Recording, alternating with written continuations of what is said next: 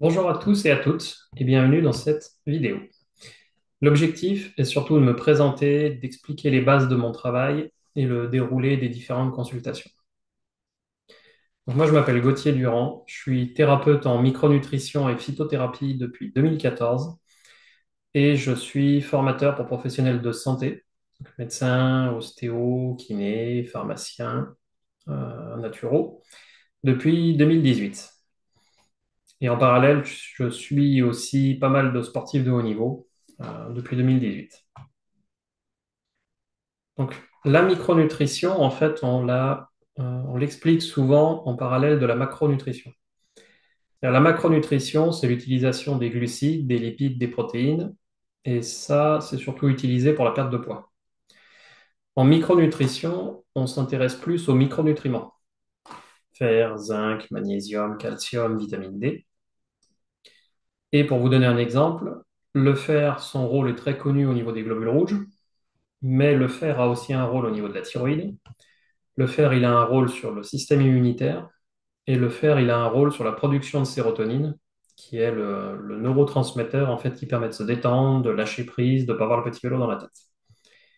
Et en fait, en fonction du taux de fer qu'on va avoir, on peut en avoir suffisamment pour les globules rouges et ne pas être en anémie, mais pour autant qu'on en manque pour le système thyroïdien et qu'on en manque pour la fabrication de la sérotonine. Donc ça, c'est surtout en fait les prises de sang qui vont nous donner les infos là-dessus. Parce que déjà, en fait, on commence à avoir un peu l'habitude. En fonction du taux sanguin de fer, on sait quelles sont les différentes fonctions qui vont bien se passer et quelles sont les différentes fonctions qui vont plutôt avoir des problèmes. J'utilise aussi beaucoup, moi, la phytothérapie. Donc, la phytothérapie, en fait, c'est l'utilisation des plantes dans le domaine de la santé, hein. On s'intéresse surtout aux principes actifs, en fait, et comment ces principes actifs vont agir. On prend l'exemple de la passiflore. La passiflore, c'est une plante qui réduit l'anxiété. En fait, la passiflore, voilà, concrètement, c'est une plante qui joue sur le système GABA. Et parce qu'elle améliore le système GABA, elle va diminuer l'anxiété, elle va diminuer le temps d'endormissement, elle va diminuer les réveils nocturnes et elle va permettre de rentrer plus facilement en sommeil profond ou paradoxal. Donc moi, mon objectif, en fait, c'est de travailler via l'alimentation et via les plantes pour essayer de remettre le corps en pleine santé. Parce que ce qu'il faut comprendre, c'est que le corps fonctionne, enfin, les différents organes du corps fonctionnent ensemble. Je vous prends un exemple. L'inflammation intestinale va automatiquement engendrer des petits problèmes de détox au niveau du foie. Le souci, c'est que c'est aussi le foie qui convertit les hormones thyroïdiennes en hormones actives. Donc, par effet ricochet, en fait, cette inflammation va créer des problèmes au niveau du foie. Le foie va être moins efficace pour convertir les hormones thyroïdiennes. Et on peut se retrouver avec un début d'hypothyroïdie, donc de la fatigue, de la prise de poids. Et ça, c'est juste par effet rebond, en fait.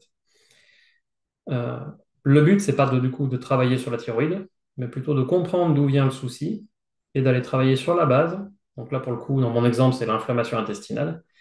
Et si on améliore l'inflammation intestinale, on la stabilise, le foie va se remettre à fonctionner mieux, et du coup, la conversion des hormones thyroïdiennes sera meilleure. Et donc, même logique, par effet rebond, en fait, en travaillant sur la base, on va avoir amélioré toute la chaîne.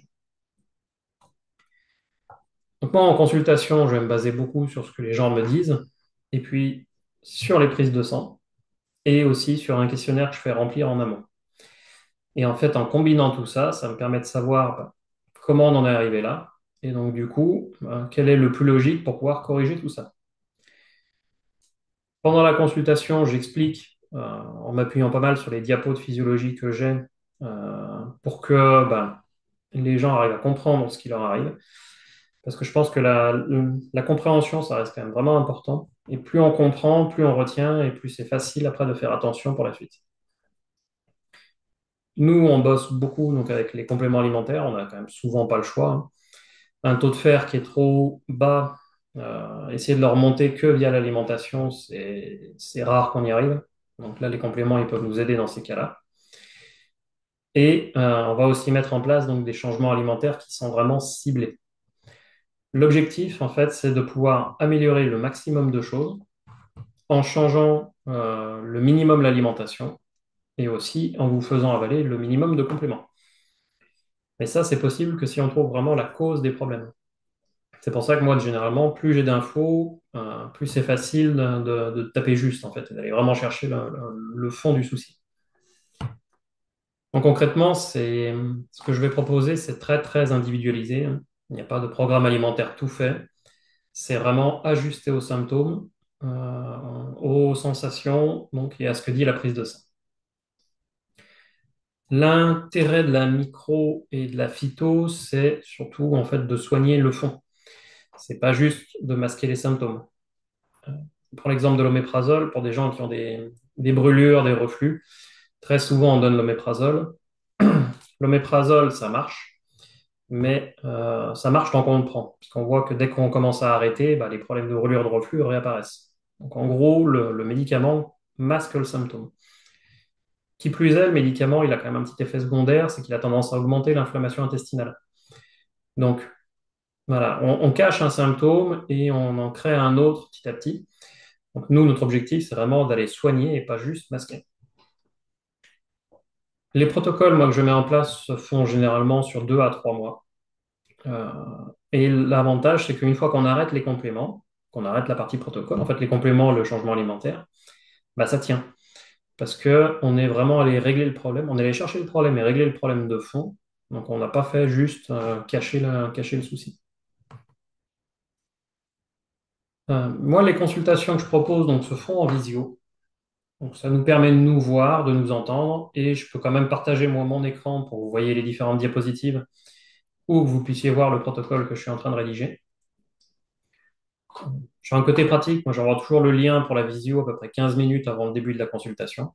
Donc, vous avez juste à cliquer dessus. C'est extrêmement simple. Le tout, c'est d'avoir en fait une webcam et un micro qui fonctionnent, que ce soit donc intégré dans l'ordinateur, intégré dans le téléphone, ou que ce soit en plus. Même logique, le lien pour le paiement de la consultation se trouve dans les mails de rappel de Resalib. Donc, l'idéal, c'est de faire le virement en environ 15 minutes avant le début de la consultation. Pour ceux qui ne sont pas du tout à l'aise avec la visio, qui n'y arrivent pas ou qui n'ont pas le matériel, ça peut se faire aussi par téléphone si la visio pose un vrai souci. Pour les premières consultations, moi j'envoie par mail plusieurs jours avant en fait, le questionnaire à me remplir. Parce que après, ce questionnaire-là, il n'est plus nécessaire en fait pour les consultations de suivi. Donc c'est vraiment que pour les premières consultations. Par contre, quelque chose qui est automatique, c'est que moi, avant chaque consultation, c'est utile que j'ai les prises de sang à peu près 24 heures à l'avance. En fait, ça va me permet de préparer à fond la consultation et qu'on ne perde pas de temps là-dessus.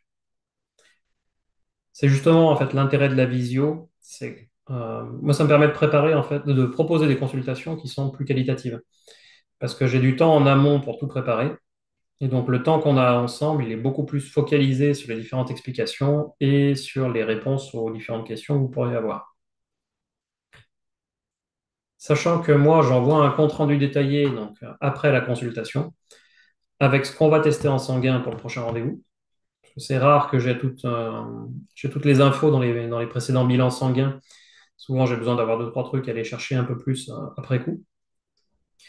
Vous avez dans le compte-rendu les conseils alimentaires qui sont spécifiques à vous, les compléments avec la posologie et aussi à quoi ça sert. Donc moi, j'envoie généralement le protocole en fait en fin de journée. L'intérêt d'avoir tout ça, c'est d'essayer de vous rendre le plus indépendant possible. C'est-à-dire que si ce qu'on a mis en place a réglé votre problème, mais que le même problème revient 5 ans après, 10 ans après, bah, l'objectif, c'est de ne pas avoir besoin de refaire appel à moi. En fait, vous avez déjà dans le protocole tout le détail de bah, comment marchent les plantes qu'on a utilisées, pourquoi ça marche, et donc du coup, vous pourrez refaire ça vous-même. Pour les consultations, les rendez-vous sont quand même plutôt espacés, hein.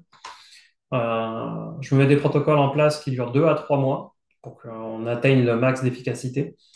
Donc, en fait, on se revoit au plus tôt après 2 mois de protocole. Sinon, généralement, c'est même souvent après 3 mois de protocole. Et moi, en moyenne, je sais que je revois les gens à peu près 3 fois s'il y a plusieurs problématiques. Donc, en gros, c'est réparti sur 6 à 9 mois le suivi qu'on va faire ensemble. Si on a juste un problème de sommeil et pas d'autres symptômes, ben, on peut avoir réglé ça en une seule fois, avec une seule séance. Mais par contre, si j'ai des problèmes de sommeil, plus des problèmes digestifs, plus des problèmes de nausées, plus des problèmes circulatoires, comme on est obligé de bosser par étapes pour être à 100% efficace, moi, généralement, en fait, dans ces cas-là, il faut prévoir 3 rendez-vous. La prise de rendez-vous se fait donc sur le site Resalib. Vous avez tous mes créneaux disponibles qui sont sur le site. Par contre, comme j'ai pas mal d'attentes, pensez à cocher la case alerte désistement. Et ça vous permet d'être prévenu si jamais il y a un créneau qui se libère plus tôt. Voilà, je crois que j'ai fait le tour des différentes infos que je voulais vous faire passer. Je vous souhaite une bonne journée et à bientôt.